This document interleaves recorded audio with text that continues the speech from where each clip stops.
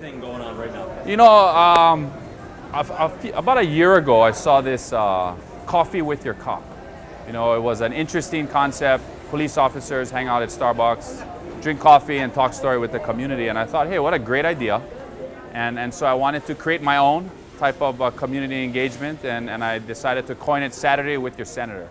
So I try to strive to come out here at least one Saturday every month and talk to a good friend of mine, Toby Taniguchi, and said, hey, you mind if I set up a table outside of KTA in Puanaco? And of course, if you're from Hilo, you know what KTA is, and what a great place to come. And on a Saturday morning, super casual, hang out, talk story, and find out things that matter to our community, you know. So I pick up some coffee and we just have a good time. Yeah, well, I agree. Okay. Thank you so much.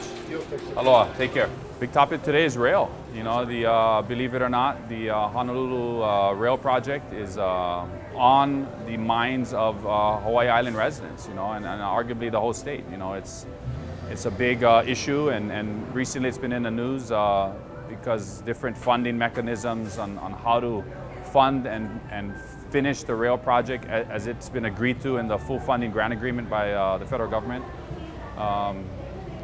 is looking at different ways to raise money, some of which is raise resources on the outer islands. It's not the first time it's been brought up. It was brought up during this past legislative session. It's why we're here today, because in essence the House and the Senate differed on how we should move forward with funding the rail project and finishing it.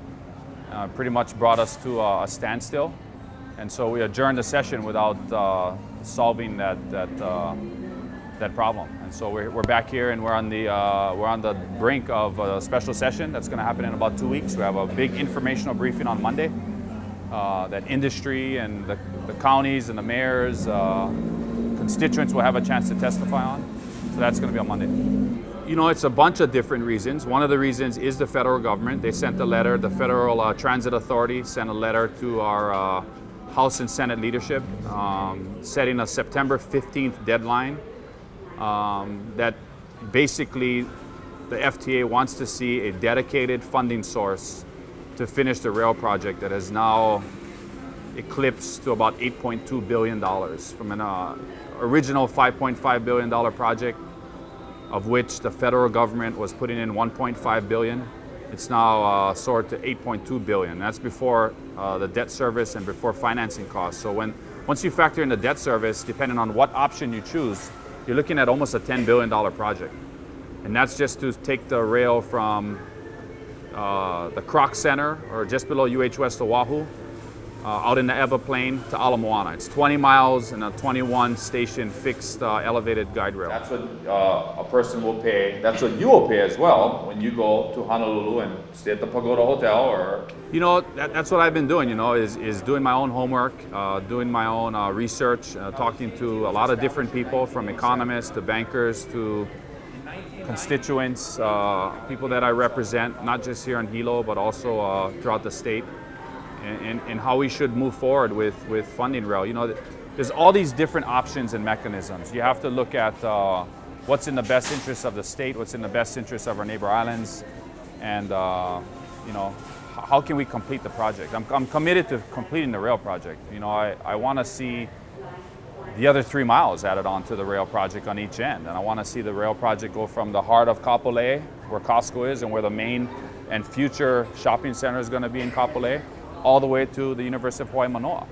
You know, I want to see UH West Oahu and UH Manoa get connected. If you really want to decrease traffic congestion on Oahu, it's got to go to Manoa. You know, there's 20,000 students that attend UH Manoa. You know, and so that's to me the best way to effectively have high ridership rates, so the project can maybe not pay for itself, but it can at least contribute to the operations, the maintenance, the upkeep that really hasn't been addressed by HART yet. You know, is how we're going to maintain and sustain the rail project in future years once it is completed.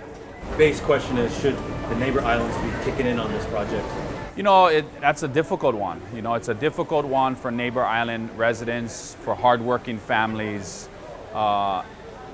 Whether you increase the general excise tax statewide, whether you increase the transient accommodation tax statewide, to help fund rail up front. It really comes down to, and you can break it down really simply. It's a home mortgage, right?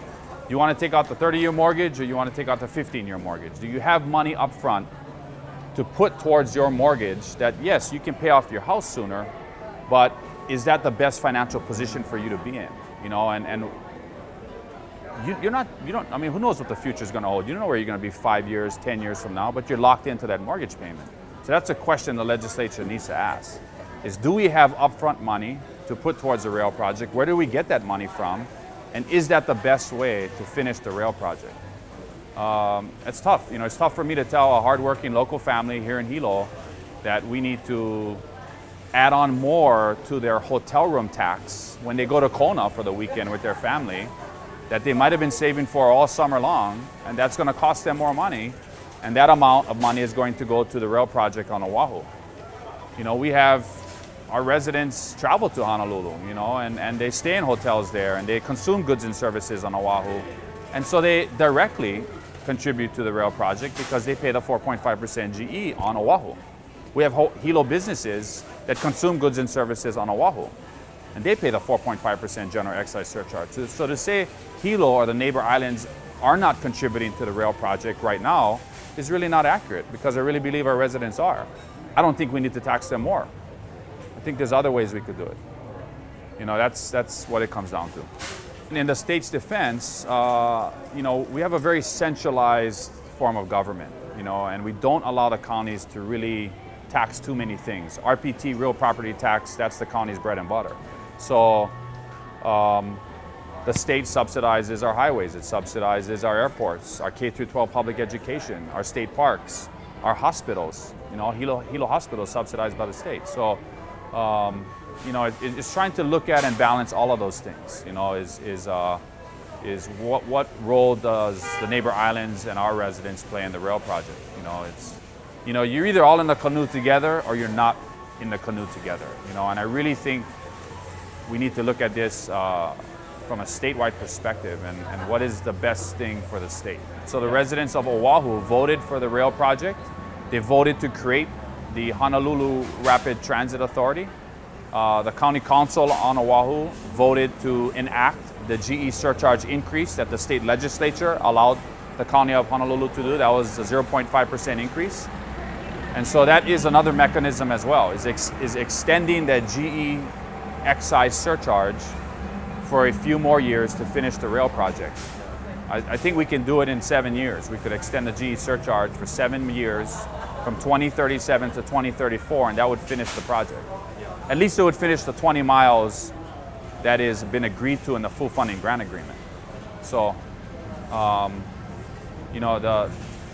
the use of the transit accommodation tax is a difficult one, because philosophically it was never made for infrastructure projects or capital projects. It was made to, as a tax on our tourism industry, to help the counties and help the state reimburse them for goods and services and core services that are provided to the tourism industry. So if you look at it on this island, our lifeguards, our police, our fire, our roads, all the things that the county of Hawaii pays for, so that we can have a robust tourist industry. That's what the TAT is supposed to be meant to go towards. Yeah. So, and the proper allocation of the TAT has been a subject of discussion for years and years and years at the legislature. You gave a great presentation about it. Well, I appreciate that. Yeah. I'm a firm believer in fair and equitable apportioned amounts towards the counties. I'd like to see us go back to a percentage-based allocation for the TAT. Prior to 2009, it was a percentage-based allocation, but during the recession, the county's share of the TAT was capped, and that was okay because we needed to get the state through tough times. But once the state roared back and tourism roared back in 2012, 2013, it's never gone back to its percentage-based allocation. And so what a percentage-based allocation does, it allows the counties to share in the increase in revenues, right? When you cap it, it can't share in those increase in revenues. It is predictable in a recession when TAT revenues are down, because the counties will know exactly how much they're going to get. They can plan for it. It's predictable. But at the same time, in years of growth, which we've been seeing record growth in tourism in the last few years, the counties don't get their what some perceive as their fair share of the TAT. This is going to be a really interesting special session. You know, what I hope is cooler heads prevail. You know, but you're already seeing the rhetoric, you know, kind of rise as we get closer, and it's you know, but you always have to compromise too. You know. You guys have the votes in the Senate to stop it from happening. Do you think you might?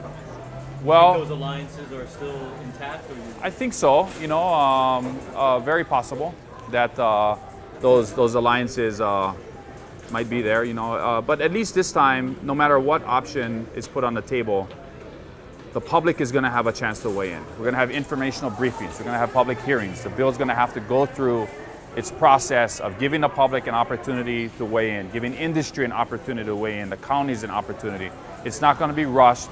It's not going to be something that happened overnight. And so, you know, no matter what the result is, at least the process, I hope, will be transparent and is something that, you know, we all can live with.